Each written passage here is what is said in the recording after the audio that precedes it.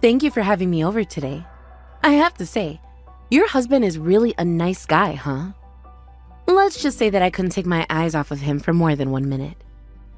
What the heck, Stephanie? What do you think you're doing showing up uninvited like that? How on earth did you even find out where I live? I clearly told you when I got married that I didn't want you involved in my life anymore. Of course I found out. There are so many convenient ways to do it these days. You think I wouldn't be able to track you down? I'm not as clueless as you might think. Anyway, I actually have a favor to ask of you. A favor? I want your husband to become my husband now. What? Are you going completely insane? It's totally impossible for the younger sister to get married before the older sister, right? On top of that, based on what I saw today, your husband seems to be a really decent person. He gave off such a good impression, and he's quite handsome, isn't he? I think I might actually be into him. Don't mess with me. How much more are you planning to take from me? What's wrong with that? There's plenty of room for alternatives. Your husband, you, your kidneys. Do you know how much I've struggled with my health all my life? I'm the one who needs protection. You've had everything handed to you, while I've always been the one needing help. As your older sister, you should be the one supporting me. I don't understand. Mom used to say the same thing to me, always pushing me to endure things, forcing me to take all the pain. How much do you think I've suffered, and yet all you ever did was live your life without a care in the world? Families are supposed to help one another, right? So just because you donated a kidney, you think you can act like a tragic hero now? It's pathetic. Someone like you doesn't deserve a handsome husband like that. And if you're not willing to give him to me, I'll go ahead and take him myself. That's not going to make my husband fall for you, you know. I won't know unless I try. I can't just assume, can I? I can't even begin to understand you.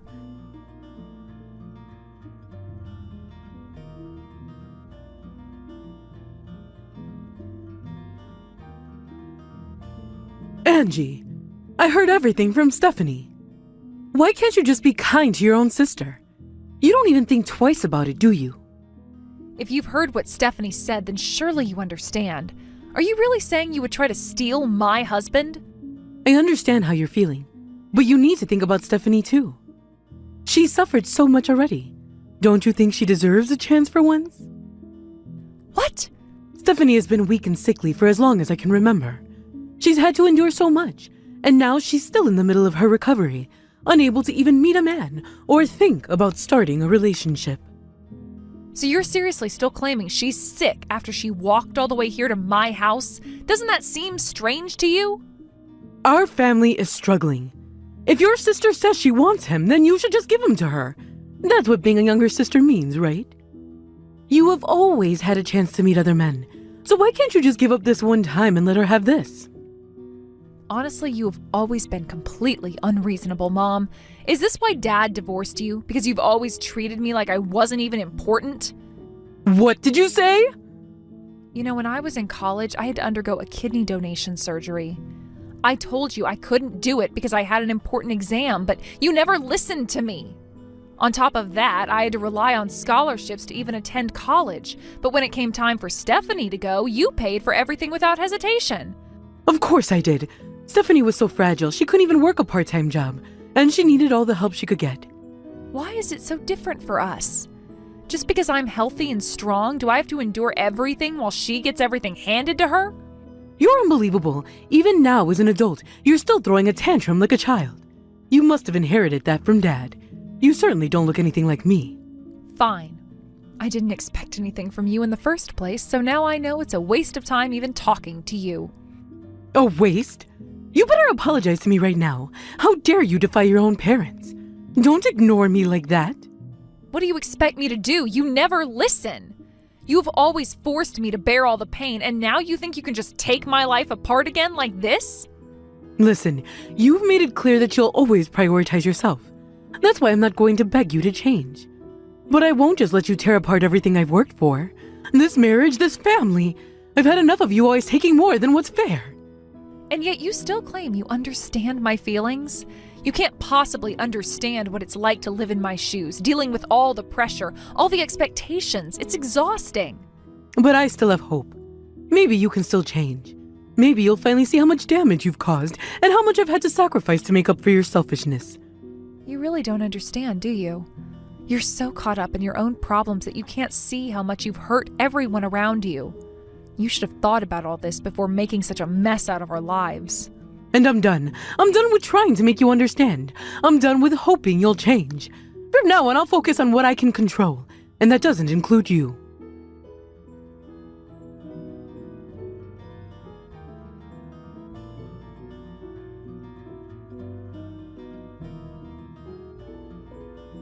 Angie, thanks again.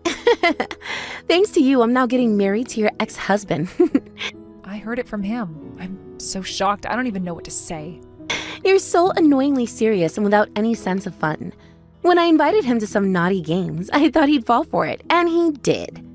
Are you talking about dating your husband behind your sister's back? Yes, keeping it a secret was such a thrilling experience. Men, no matter how old they are creatures that get excited like teenagers on a suspension bridge. If you were that used to it, then there was no need for you to steal him from me, was there? I'm honestly disappointed that he was that simple. It's my fault for not being charming enough, right? And I was weak, so he became indispensable to me. So, you'll just have to deal with it. Why do you have to push me into a corner like this? Did I ever do anything to make you hate me? What? Are you telling me to be thankful? Just because I donated a kidney, don't act like you're some kind of lifesaver. That's not what I meant, but... I've always hated that attitude of yours. That's why I took your husband. After the kidney, now I'm taking your husband. You're the lowest. Shut up, kidneyless. Mom even said it was a mistake to have you, but you were useful as a spare kidney. Give me the other one if I ever need it, okay? Only joke around with someone who will laugh at your jokes. Whatever happens, I don't care anymore. Poor losers like you always cry like that.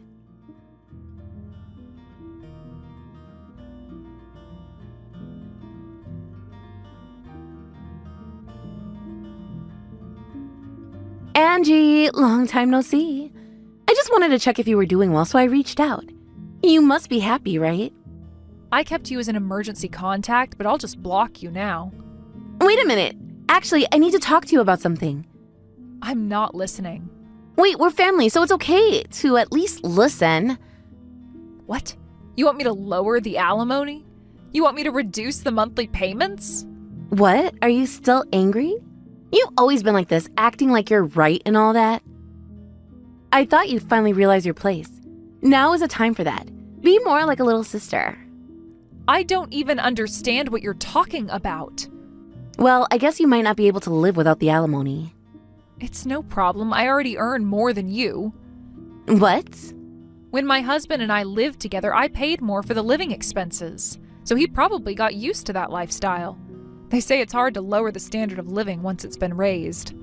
What? He buys me so many things I want, and we go out to eat all the time. I thought he was making enough money. Oh, and he contacted me before. Do you know what he said? He asked me to lend him money. What? He's in debt now. No way. It's true. Is your life a little hard now? It's not just a little hard. I'm about to be kicked out of the apartment I'm living in. I thought I'd finally made it to a high-end neighborhood. Then why don't you work?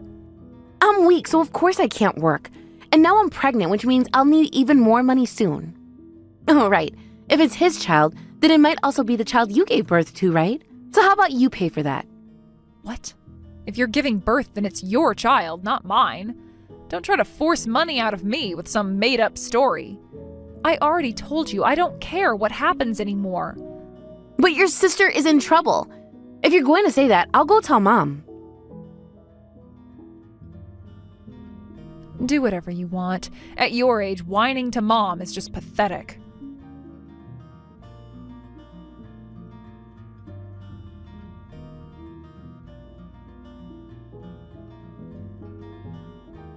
Angie, what's the matter with you? Why aren't you helping your older sister? Don't forget, this is the man you picked in the first place. Couldn't you have chosen someone better? You owe me for this. Oh, so this is why you've decided to contact me after a year? Let me remind you, I was the one who had my husband stolen, so I don't owe you or anyone else anything. There you go again with that rude and defensive attitude. You're so unlikable, you know that? By the way, your sister called me recently, and guess what? She was in tears because of you. You're such a horrible little sister. I'm coming over to your house right now. Clearly, I need to teach you some proper manners all over again. No thanks. I'm not interested in whatever lecture you have planned. Also, just so you know, I moved a while ago. What? Are you serious? How dare you move without telling me?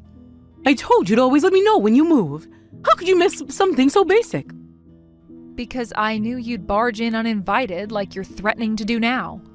I didn't want to deal with that, nor did I want my husband to deal with it. Husband?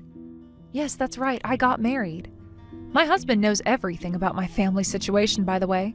Both of his parents were toxic as well, so we decided to cut ties with our families and live on our own. Oh, and we already had a celebration. We threw a party and invited all our friends. So from now on, please stay out of my life. Also, I've placed restrictions on viewing my resident registry, so no matter how hard you try, you won't find out where I live. Why would you go that far? We're family, aren't we? Family? And so what? Do you honestly think being family is some kind of all-encompassing excuse? I used to find your logic strange, but now I understand it. You don't actually love me. You don't even love my sister, do you? What are you talking about? Dad told me he tried to get custody of me after the divorce, but in the end the court favored you because you're the mother. But let's be honest, the only reason you fought for custody was so you could collect child support. Even my medical expenses were covered by Grandpa and Grandma, not you. That's not true. I only relied on them because I had no other choice. I took custody of you girls because I loved you. Sure, let's say that's true for a moment, then explain why you treated my sister and me so differently. And if you loved me, would you have forced me to donate my kidney? You didn't even get tested yourself. Well, that's because you know I'm bad with pain. There you go, proving my point. You've always cared more about yourself than anyone else, but I figured something out about you, Mom. You love playing the role of the tragic, self-sacrificing mother. That's what you're really in love with. What? You enjoy telling yourself, I have suffered so much for my children. I've done everything for them. You're obsessed with that image of yourself as a martyr. That's why Dad left you. He couldn't take it anymore. How dare you? I've done my best for you. Oh, I'm sure you have. And by making me the villain, you've managed to make yourself look even better by comparison, haven't you? Angie! Getting angry won't help you now. Neither you nor my sister are getting any help from me. What's the matter? Did Dad cut you off financially? Have you already burned through all the money you saved? That's not... Right, because once we turned 18, Dad was no longer obligated to pay child support. Listen, Angie, both your sister and I are in a really difficult situation right now. Can't you tell me where you're living these days? Surely you can spare a little help. I could. In fact, I'm in a much better place financially than I used to be. I live in the penthouse of a high-rise building in the city. The penthouse? Yes, my husband insisted on it. He said the top floor offers better security, which is important given my family history. Looking back now, I can see why security is such a valuable thing. Why are you living in a place like that? My husband is the CEO of a major company. He was one of the clients I worked with after I divorced my ex. He approached me, and over time we got close. He's nothing like my ex-husband. He's frugal, responsible, and he prioritizes me above everything else. Honestly, I have your daughter to thank for this. If she hadn't taken my ex off my hands, I might never have met someone so amazing. Well then, if you're so grateful, shouldn't you help us out a little? Absolutely not. Do you seriously think I owe either of you anything? I don't. What I'm saying is I'm finally happy without either of you in my life. In fact, having you around would just ruin things. So no matter what happens, don't expect me to come to your rescue. Wait, please, Angie, there's no one else we can turn to. That's right. Grandpa and Grandma are in a care facility now. Auntie's the one managing their finances, so you can't access their accounts anymore, can you? Stop it. You don't have to say it like that. You're really hurting my feelings. Oh, please. After everything you've put me through, you expect me to care about your feelings? I never meant to hurt you. Which makes it worse, honestly. You didn't even realize how much damage you were causing. You ungrateful child! I gave birth to you! I wish I never had you! Wow. Well, guess what? I feel exactly the same way. I wish someone else had been my mother. So let me make this perfectly clear. I will never speak to you again. Not in this life. I won't give you money. I won't take care of you when you're old. If you need help, go to Stephanie. Wait! Don't misunderstand me. I didn't mean what I said. I was just upset. Too bad. It's too late now. I'm sorry, I take it back. I do love you, Angie, I do. Good for you. I don't love you. Goodbye. Angie, wait.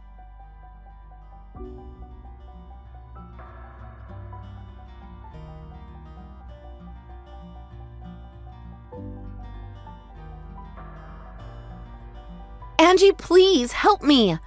I thought we just bumped into each other at the hospital, and now this again? You told me to send a message if I had something to say. I don't know what else you expected. Of course, you made such a scene at the hospital, disturbing the staff and everyone around. It was so embarrassing. I really don't want to deal with that kind of chaos again. Once we're done talking, I'll block you again. Please don't say such cold things. This is really important. You don't understand. If things keep going this way, I'll be forced to start dialysis soon. You have no idea how much I dread the thought of that. I will have to go back to the hospital repeatedly for tests and preparations, and I really don't want to keep going through that. I need your help. You've always been so healthy and your kidneys are fine, right? It would be so much easier for you to go on living your life rather than having to go through dialysis. I really need a kidney, and I need it from you. But I already gave you one. Didn't you get a kidney from me before? Why don't you ask Mom for help this time? Mom refuses to even consider donating her kidney. She's scared of surgery and she doesn't want to risk her health, especially with the baby coming. She says she can't because of the baby and she doesn't want to undergo surgery. It's not fair, Angie. Do you think I'm not suffering enough in this situation? For the sake of the baby and my own health, I want the family to just work together to solve this. Why can't you see that? It's impossible. You know why? Because I'm pregnant too. What? You're pregnant? Yes, I am pregnant. I came here for my prenatal checkup. I've been coming regularly to check on my health and the baby's development. There is absolutely no way I would consider a transplant right now. It's simply not safe for the baby, and I am not about to risk anything during my pregnancy. This is unbelievable. Look, they've told me that it's possible to have a baby and do dialysis if you take proper care of yourself. I know it's not easy, but I've heard that it's still possible. So you need to stay strong, get through it, and take care of yourself. Fine, but once I give birth, can I have your kidney? That way everything will be sorted out, right? You can take your time with the pregnancy, and I can't wait until after you've delivered. I don't see why that wouldn't work. You see, the thing is, I don't have a car. I can't afford to keep taking taxis, and my husband is always busy with work, so he can't drive me to the hospital every time. I really need help, and I need it now. Wait a second. Why do I have to be the one to do everything for you? I've got my own life now. I have a family, a husband, and a child. I'm not just sitting around waiting to solve your problems. I want to focus on them, on my own life. You can't keep coming to me when it's convenient for you, especially when you don't even seem to appreciate anything I've done for you in the past. But you don't understand. Mom hasn't been giving me money lately, and my husband has been growing colder and colder. He doesn't help with the housework, and now he's pressuring me to start working as soon as the baby is born. I've never worked before, Angie, and on top of that, they keep talking about how I should handle postpartum depression, and they're not listening when I say I'm busy taking care of the baby. I'm stuck in this situation, and I just need someone to help me. Well, have you thought about looking for a daycare for your baby? Or maybe you should ask your husband's parents for help? I can't ask my husband's parents for help. They cut ties with me because they took my sister's husband's side, and now they're completely against me. They blame me for what happened between me and my sister. They hate my husband, and they won't even talk to me anymore. They've completely disowned me. Yeah, my in-laws have been distant too, but at least they didn't cut ties with me entirely. Exactly. That's why I have no one to turn to, no one to help me. I'm all alone in this. Do you get it? I'm so pitiful, Angie, please. I heard from Mom that you're living in Midland now, right? If that's the case, can't you share just a little bit of what you have with me? It wouldn't hurt, right? Okay, let me remind you of something you once told me. You think you're the tragic heroine? How embarrassing. What did you say? You don't even remember what you've done to me all these years. You have never once apologized for anything, and yet you still act like this. Do you even realize how much pain you've caused me? You always act like it's all about you. I've been living with someone who knows how to say thank you and I'm sorry now. Do you know why people say those things? Because when you don't express yourself, people don't understand what you mean. Words are important, Stephanie. I'll apologize. I'll apologize for all the things I've done in the past. You think that apology means anything? It doesn't. It's meaningless. I don't even want to hear it. Let me tell you this, in no uncertain terms, you are not worthy of my help. You've been the biggest obstacle in my life. You are my black history, my biggest regret, and the worst sister I have ever had. I can't believe how you've treated me. Don't say that. You've always been my sweet, caring little sister, the one who would always listen to my request. That's a lie. You only came to me when it was convenient for you. You didn't care about me when I needed you. You can go ahead and do dialysis. You can live your life properly without needing anything from me. I won't do it. I won't. Do you realize the only reason I ended up with the best husband I could ever ask for is because you gave him up? You let him go, and that made room for me to be with him. I'm leaving the kidney I gave you as a token of gratitude. Take care of it, Stephanie. I'm sure you will cherish it. I will never forgive you. I swear. I will never forgive you for this. Is that how you're going to act now? You're going to throw a tantrum? What's the phrase you used to say? Oh, right, I remember now. You once said, "It's over once the loser begins to cry."